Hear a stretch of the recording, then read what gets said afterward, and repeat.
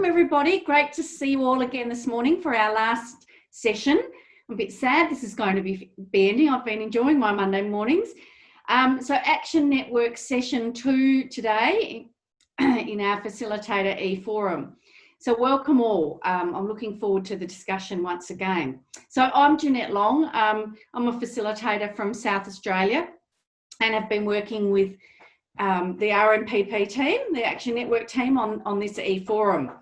So before we do a couple of polls, I'd like to, Denise, you can introduce yourself.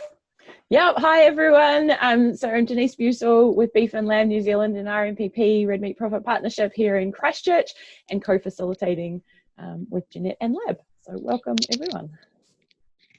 And Lab. Yes, good morning everybody. I keep saying that I think I know most people, but there's always a face or two that I don't recognise straight away. So happy to be here again. I'm part of the RMPP facilitator development crew, I guess you might say. So yeah, looking forward to today, and also a little bit sad that we'll be the last one for now anyway. Thanks, Lab. And welcome also to John Ladley and Brendan Patchett, who will be on our panel today. So we'll hear from them shortly. So before we get started, we'll do our little quick polls to find out where you're from and your experience as facilitators. So the first poll is up. If you can submit your answers.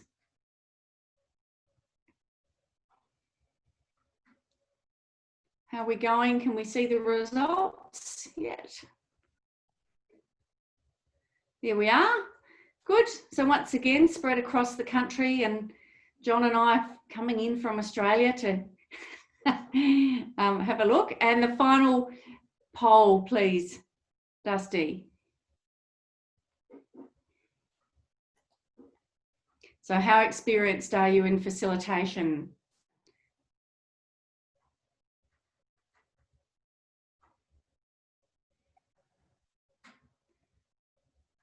So we'll see those results. We should do the countdown, shouldn't we?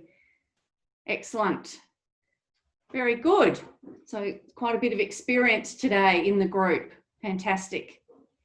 All right, I'll hand over to Denise, who will remind us of a few Zoom etiquettes and run through today's session. Thanks, Jeanette. Yes, I think we've all got pretty used to Zoom, but just a reminder that if you're not speaking and you're just listening, keep everyone on mute.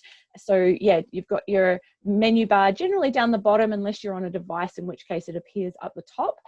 We recommend that when we're doing the panel, you switch to speaker view, but for sessions like this, gallery view is good. So I've just got all of you on a grid, and so that button is up at the top right hand corner. So have a little play and get a view that works for you.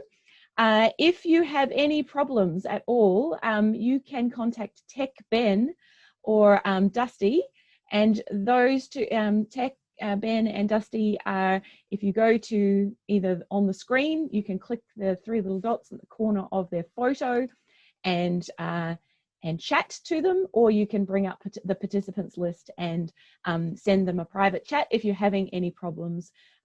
Technically, just let them know, because they're there to help, and they've done an awesome job for us over the course of this forum. So thanks, Ben, and thanks, Dusty. It's been really cool. So today we are going to reflect on the e-forum sessions to date. We're going to think about facilitator support for the future. We're going to think about how we can apply the small group approach in different contexts, and we're going to reflect on what this means for us. So yeah, that's basically what we've got planned, the little program. So I'm going to hand over to Lab to introduce us for the first small group session. Okay, so as Denise has said, the first part of it is reflecting on what's our journey over the last 8 weeks, is it? I don't know now, I've lost count, but from the beginnings of the extension, the future of extension, and lessons from sport and so on, to the workshops that Brendan's so greatly introduced in the videos. They've done a lovely summary there of what we've been through. So what we're going to ask you to do is when you go into your breakout rooms, you'll have a facilitator, but you need to reflect on what you've experienced over the fora that you may have attended. If not, just reflect over the video or your experiences in facilitating. And we'd like you to share one thing with each other to start with, at least, and that is something you've learned, something that you've learned from one of the sessions, or an aha moment that you've had, a eureka moment, if you like to call it that, or, and we'd like a few of these if it's possible, something that you've actually tried to put into practice and what kind of results you got. So either or, you've got three choices there: something that resonated with you from one of the sessions, something, an aha moment or a eureka moment that you've had, or something you've done as a result of attending one of the sessions. And we'd like to make a slight departure here. Instead of asking the poor old facilitators to be scribbling madly on Slack, we'd like you to tell your group your aha moment or the thing that you've done, and then record your own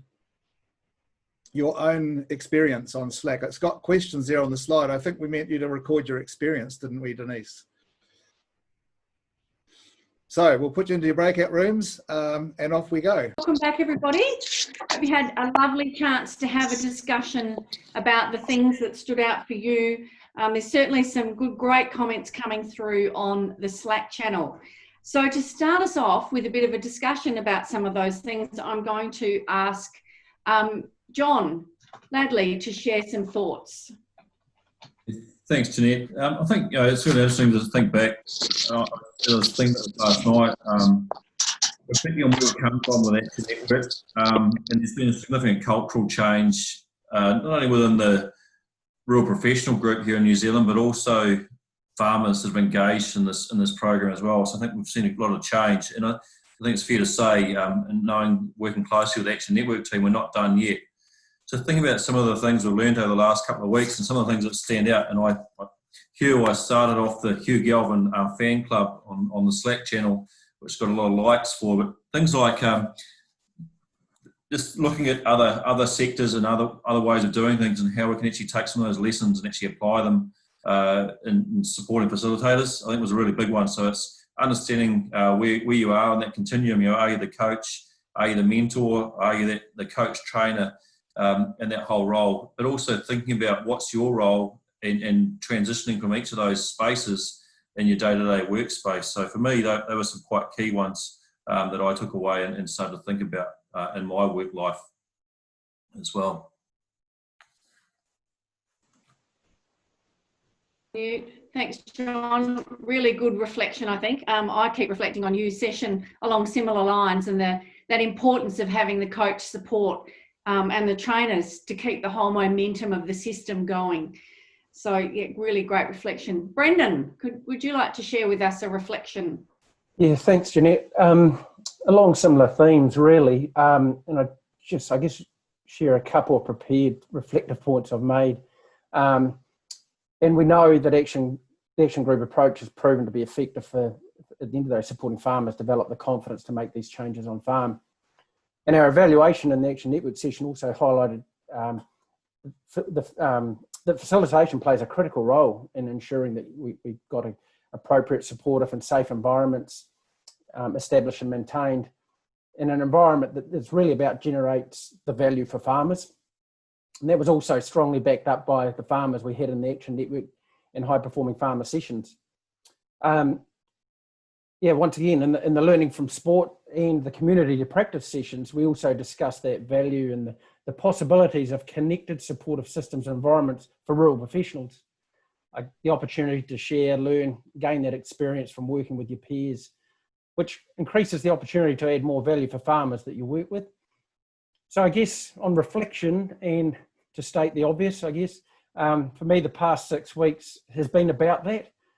It's been about starting the snowball rolling and creating an experience of what a supportive environment for facilitators and extension practitioners can start to look and feel like.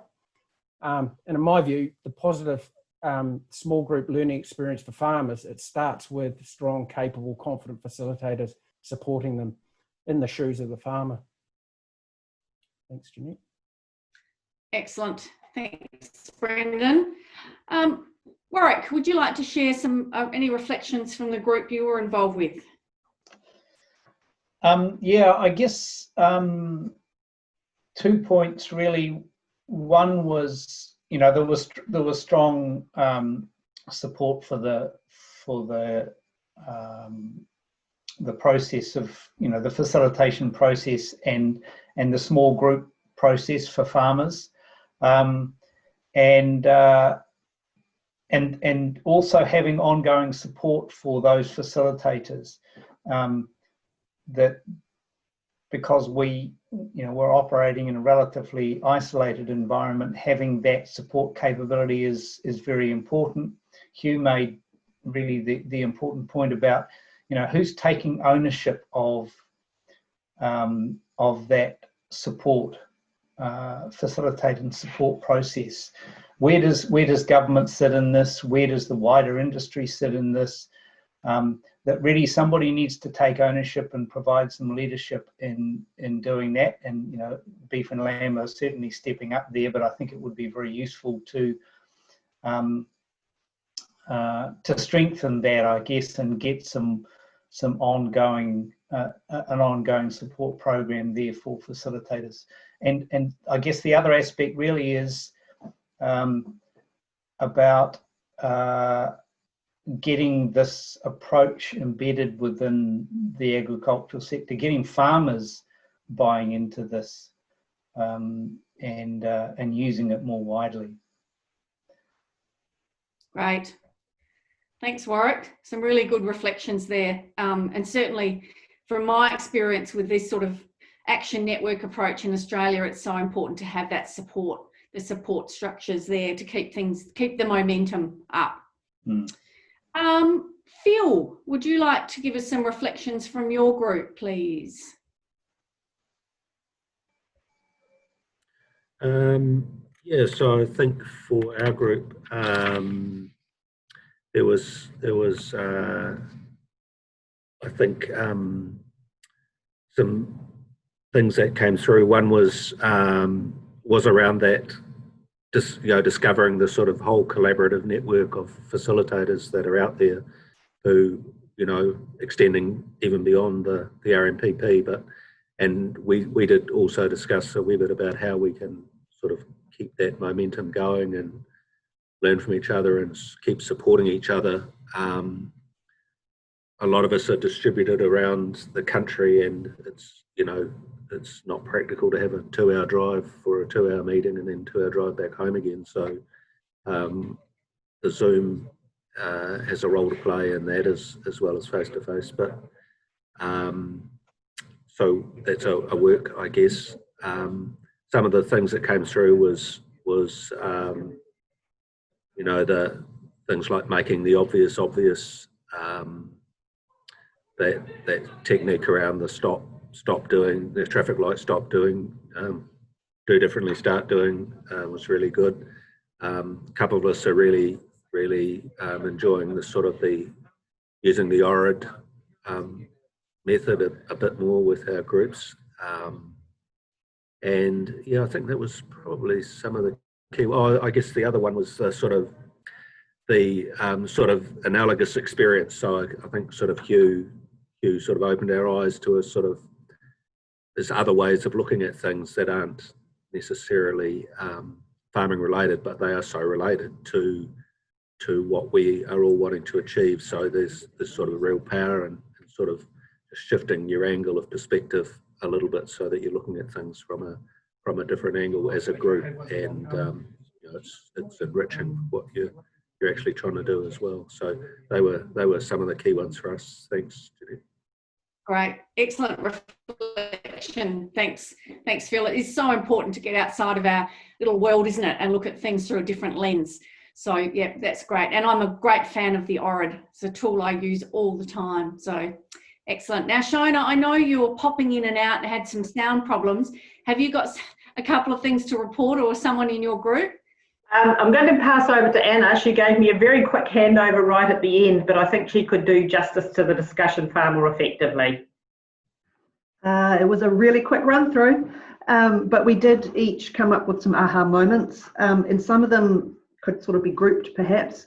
The importance of group ownership and how to establish that, and then once that's been established, the role that it has and its importance in ensuring that the members get value from the group. So, you know, what a key thing that is. The traffic light system came up a couple of times. For me personally, that value creation stories was really interesting and really simple, but really important for promoting groups, potentially to funders, but also to encourage other groups to come along if they can hear those stories. We talked about the importance of farmer goal setting, and I think potentially that probably fits into that whole group ownership and value issue as well, because if you get the groundwork right, then you're going to get good ownership and then people are going to get value from it. And then we had a discussion about the value, you know, there was a session with ideas about getting new people and integrating them into existing groups, and then ideas about effective and appropriate within group communication, so like we're doing now, or the Slack channel, and just making sure that we know what works for members and what they're comfortable using and how far you can stretch them and how motivated they are to go and look at things without being constantly primed and reminded. That was it. Great. Good roundup. Thanks, Anna. Yeah, good. Probably a whole raft of topics amongst all of that could be explored a lot further in more of these sessions. Thanks, Denise. I'll hand back to you. Cool, thank you, Jeanette. Well, it's just nice to reflect on what we've done so far and how far we've come and the things we've covered. So great thoughts and experience there. As we move into looking towards the future, we wanted to start with a breakout session looking at how we collectively hold ourselves accountable to continue this small group approach. Ben, you're going to just put it up.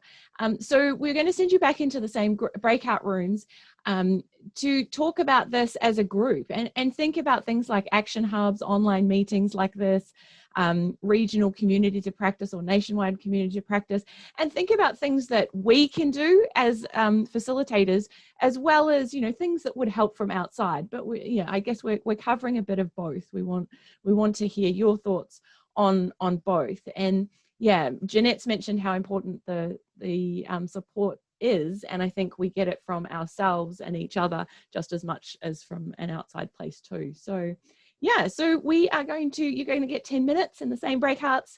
If you can head back and record, not questions, this is my bad, I left the questions there, but record your thoughts in Slack. So if you could appoint a scribe to just jump into Slack and put your thoughts in. Off you go. Welcome back, everybody. I hope you had another great discussion. I'm looking forward to hearing about some of the comments from you all. So this time we're going to start with John, who has, I think, a few slides to share with us. Is that right, John? I do. So Ben, could you bring those up for me, mate? Thank you. So I suppose one of the things we want to sort of think about is how do we use this small group approach in the future, and how might we apply it? And so what I've got here is a bit of an example of how we might or we can apply those principles at small group learning in another setting. And in this case that I'm going to share, we've already got some pretty good live examples of where it's being applied. So this example that I'm going to just talk through is using those principles of small group learning in the context of catchment. So as most of you are aware, catchment communities or catchments or farmers getting together and forming groups around catchments or water bodies is quite a common theme across New Zealand, and it's about how do we use this in this sense. And it's interesting when I've talked internally within our environment team how they view this, and it's been an interesting one because it's trying to separate out that role of a facilitator to help facilitate that conversation and that activity versus that of the subject matter expert. So we've got a wee bit of work to do internally within the organisation, but I'll come back to that at some stage. But so in a sense, one of the challenges we've got is in a catchment is often there's there's a greater number of farm businesses than what we would normally apply and what we're using for the numbers for an action group currently. So how we're sort of thinking about it is actually go, okay, so in a water body or in a catchment, what are some of the outcomes that that group's trying to achieve? What are the things they want to change? So are there issues that are based around sediment loss, or what are the issues that they might want to actually uncover? Then it's breaking those goals and actions into groups and using that small group learning where you can actually feed into achieving those objectives, and then you can bring those groups together as a community to actually share those learnings that could be also present in other parts of a water body. So it's really quite an interesting way of looking at it, and as we've talked about it as a team, the Action Network team, is thinking about ways around this rather than actually seeing the structure that we currently use for action groups of it being limited to 7 to 9 farm businesses is not a barrier, but it's a way of actually moving forward as well. So Ben, could you just flip to the next slide, mate? So where does this sit in terms of our approach to extension delivery? So basically what I've got here on the screen is a bit of a diagram in terms of how we might actually apply the application or space for action groups in our wider extension delivery program. So out on the left there, you've got the bigger events, which we often label as farm for profit events, or it could be a farm smart event, which we run here in Christchurch. So out in that space where we've got big numbers of farmers attending, that's really where we're trying to create awareness or create that tension for change with farmers. And generally those activities are driven through what we use as Farmer Council and our regional delivery plans to help identify those farmer needs and whether they might be production or profitability focus. They can also incorporate some of that top-down activity, so that regulatory stuff or the wider scale stuff that happens. And then as we move across into the sort of 1 to 30 spaces, those delivery ready workshops. So some of you may already be facilitating those for beef and lamb. So they are a workshop that have a specific focus. And in the case of referencing back to the catchment example, we have a delivery ready workshop around catchments. So about forming catchment groups, what's needed and how that might work. And then of course it moves across in terms of actually that adoption support and that peer-to-peer learning, and how do we actually support farmers through change. And that's where an action group fits in that space really nicely. So you can go backwards as well from here. So you can go back to, an action group might form and they go, actually, hey, how many of us have actually got a farm environment plan or a farm plan in place? Oh, we've only got 4 or 5. So you can actually go back and actually have a delivery ready workshop on farm environment planning delivered for the action group to support them with that change.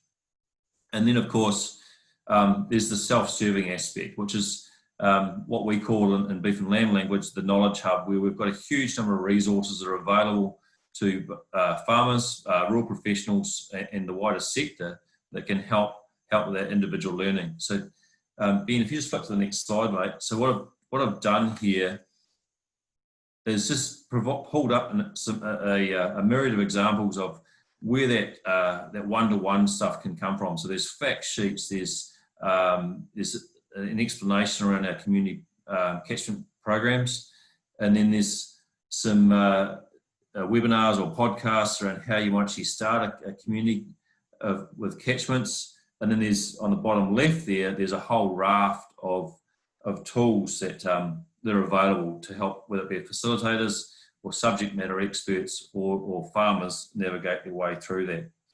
So we see this as a really good example of how we apply it, and there's some great examples. If we look at Waiwanaka currently, a really good example where they're using the action group model to support those communities around managing water and the perceptions in the wider community with catchments as well.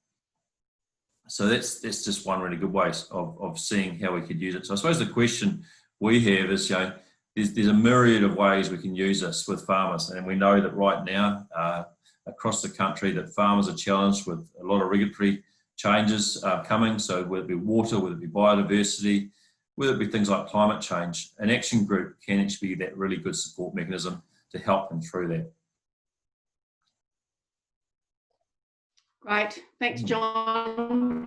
And certainly, that's right, with all of those changes, action groups can be a great way to keep the momentum and keep some change happening. Brendan, have you anything you would like to add at this point? No, nothing specific. I think it's well covered by John. I said there's a question come through there for Vivian, and maybe if there are other questions, we've got time to have discussion around it. Yeah, great. So Jill has a question there. I understand beef and lamb are training facilitators in this space. Is this similar to the RMPP training?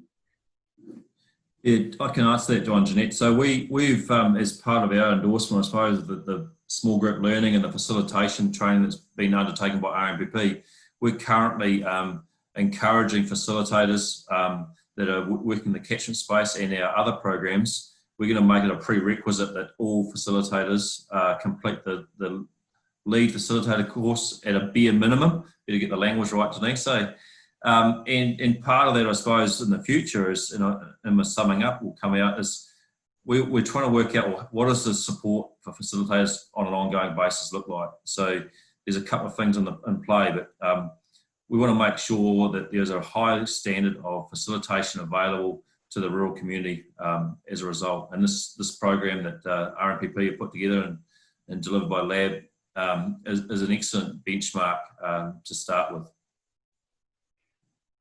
Yeah, it certainly is. It's been a great program.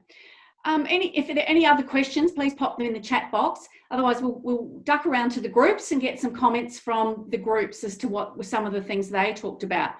Shona, this time we might start with your group. Okay, so we actually had two scribes, me on Slack and Nadine on paper. So Nadine, do you want to talk to that? I think you've done a fantastic job there, Shona, capturing everything. But just to add, we had a couple of different ways of thinking about being held accountable. One of them was our accountability to our groups and how we keep that going, and the other one was around our accountability as facilitators to ourselves in keeping this group going. So it was quite good, and we were all keen on the idea of a community of practice and keeping meeting. This short sort of combined 6-week together was quite intense, and not everyone could make everything, and we were hoping that it could be a bit stretched out between times next time, if RMPP were happy to keep coordinating it, and maybe we could feed in some of our ideas of what topics we could cover as a group, and if those topics were relevant for you, you could join in, and if not, then you might not have to come, sort of thing. But it was that great sharing of other minds, not just yourself sometimes, which is really good. I think, and just finding that sweet spot, I think Craig mentioned. So hopefully, Shona, that kind of, does that cover it, do you think? Yeah. Thank you. Excellent. Yep, well done, Nadine, thanks. Well done. There's a question from Sean. The key one to crack is the connection, the hardest group to get an action network group established. What is the conversation rate from DRW to an action network group? So I think, Brendan, you're going to tackle that one for me. Yeah, I guess connecting in general, and certainly something we learned through Action Network in the early stages, that it is a challenging part. But one thing we've observed as the program's moved on is actually, as more people are understanding what small group learning is and the fit of it, and we're building stronger connections in rural professional community, it seems that the connecting of groups is becoming not straightforward, but better understood, and people are identifying with some of those key principles, making sure we're connecting farmers, going broad and connecting farmers around a common focus. So I guess that the key to it is to keep those connections, to keep these types of supportive environments going. I guess that's why we're challenging and asking the questions we are right here now, is what do we need moving forward, and what do you need in place? To specifically answer your conversion rate from DRW, I'm not quite actually 100% what DRW stands for, but what we're seeing is what I said before, actually, is as we're becoming aware of groups that are attempting to connect, they're more likely to convert to an actual action group in practice. It was a delivery ready workshop, Brendan. Oh, cool. Like if you put 30 people in a room, how many are joining a group post that workshop? I guess, John, I don't know if you want to add on to that, but I guess that's one of the things I guess I'm alluding to is how do you bring farmers together? Like an action group, it's the support part, it's the follow-up part that really helps farmers take the next step, and whether that's change on their farm. So back to the delivery ready workshop, it's how we continue to be engaged with those farmers following that, I think, is the key point. Yeah, it's how you drag those farmers out that don't attend everything, the ones that are still sitting in the woolshed dagging sheep instead of going out and upskilling themselves. Those are we ever going to crack that nut, you think? It's a challenging one, Sean. We have a question from Phil McKenzie. Some group farmers are in multiple groups, not just action groups, and may be supported by other facilitators. How can we coordinate sensibly to make the best use of facilitator resources without confusing everybody? Yeah, that's a good one. Have you got an answer, Phil? Because I'm not sure whether I have either, mate. I think it is a challenge, and I think that it's typical, I suppose, in the rural sector here in New Zealand that we do have a lot of crossover. So it's thinking about the existing groups. So and I suppose the challenge we've got now currently is we've got farmers that are being already involved in catchment groups, but the action group that they're involved with is quite a separate mix of people. So how do we make that work? And I suppose you've got two quite separate things that are going on there. You've got a catchment group that's focused on a water body that's central to a farm or farms in an area, and an action group could actually be connecting farmers that actually are across a wide geographical area that actually have no relation back to that water body. So I'm not sure whether there is an answer, Phil, but I think what it comes back to is actually being really clear on what the focus of those groups are and what your outcomes are. I don't have an issue fundamentally with farmers being involved in multiple groups as long as the outcomes that they're achieving and getting support to achieve is in place. Okay, thanks, John. Now, Brendan, one comment from you, and we'll then have to head off to continue the discussion in our breakout groups.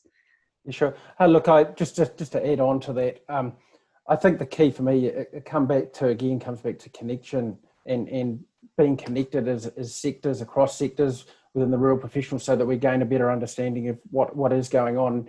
And the other thing I say is how we work collaboratively, and once again, making sure that we're always in the shoes of the farmer. We'll do the right things for farmers. So we'll work that out ourselves. So I think that's one way we can work forward in that respect.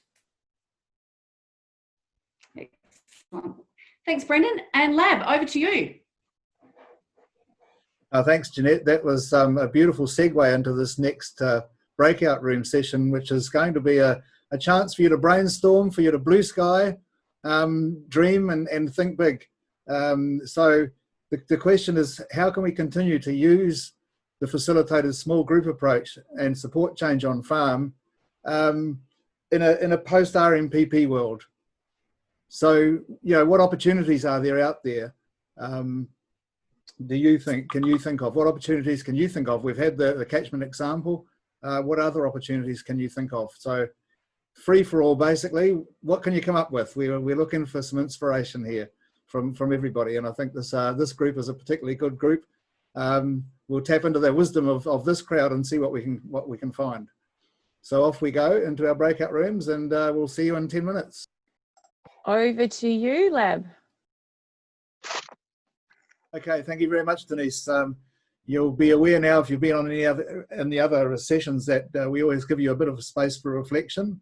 And seeing as this is the last one, we thought perhaps it's a good idea to go back to where is the work for me in my personal development as a facilitator. So what we'd like you to reflect on is two things, really. How am I going to learn from others? Who are the people that I could look to talk with, peers, people in other industries or other fields, who might be my coaches or mentors, and also then what ideas am I going to try out in my work? Just pick a couple and write them down. It can be a powerful start. And then hopefully we'll carry on the conversation in Slack afterwards. But just take a few minutes. We'll call you back when the time's ready. I don't know exactly how much time we've got, Denise, but if I stop talking, you'll have a bit more. So we'll just let you reflect by yourselves. Turn your screens off if you want a bit of peace, and just turn on when you're ready to come back. Fantastic, people. It's great to have you on board for the last session. So just to wrap up, I'm going to throw to John for a closing comment before we do a quick poll. And then we are going to stay around. A few of us will be online for another 15 minutes if you do want to ask more questions or continue the conversation. But we will finish at 1:45. But first of all, John, any last comment from you? Yeah. Thank you, Denise. I think firstly, thank you to you all for the contributions you've made to the e-forum over the last 6 or so weeks and the 7 or 8 sessions we've had. I'd also like to take the opportunity just to acknowledge and thank Denise, Brendan, Dusty, Ben, Di, out of the RMPP/Beef and Lamb team that have actually done all the hard work behind the scenes and made this happen for you all. Also, I'd like to acknowledge Jeanette, all the way from South Australia. Thank you, Jeanette, for your contribution, and Lab and Mary as well for co-hosting and supporting the team and delivering this. I think it's been absolutely fantastic, so thank you.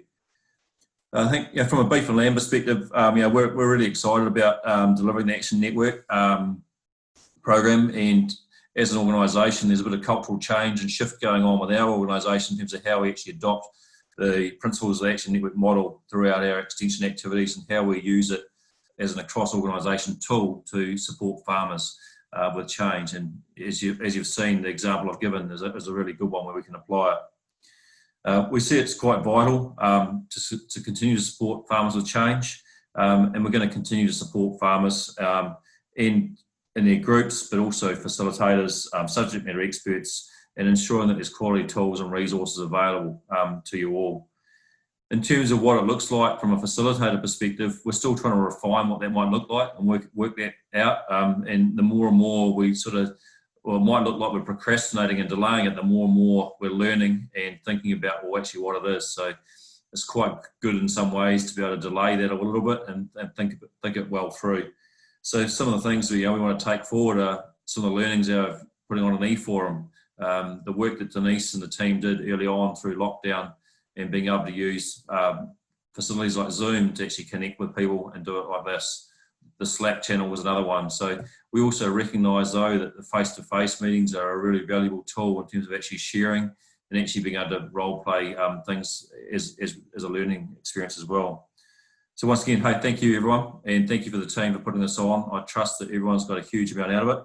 I also just nearly forgot about it. It's in my notes here. Thank you also to the guests that we've had on. Hugh, you've stayed the course as well, so trust that you've picked some stuff up as well. John James, see you there today as well again, so thank you for those people that have contributed to the success as well. So thank you very much, and trust you all have a great journey on your facilitation careers. Thank you. Thanks so much, John. It's awesome. Yeah, it's been really cool having everybody involved. One quick poll, because you can't leave a Zoom meeting before a quick poll. So we've got a poll up there. It is anonymous. We're not tracking who says what. So if you could rate the session for us, we will be doing some follow-up just to do a little bit more evaluation, and we'll send around some of the evaluation learning, which would be great. So thank you for that. And please jump into Slack. Keep going in Slack, because we haven't shut that down. Here we go. There's the results from the poll. So somewhat useful through to extremely useful. Thank you very much for that. Please jump onto Slack. As John said, we'll be continuing to be in touch about ongoing support and these kinds of forums. So we'll keep you posted. Thanks, Lab. Thanks, Jeanette, for being co-facilitators, and thanks everybody for coming along today. It's been great to have you. We'll be here for a few more minutes, so please stay on if you'd like to just ask them more questions or chat about anything. But otherwise, enjoy the rest of your Monday. Thanks.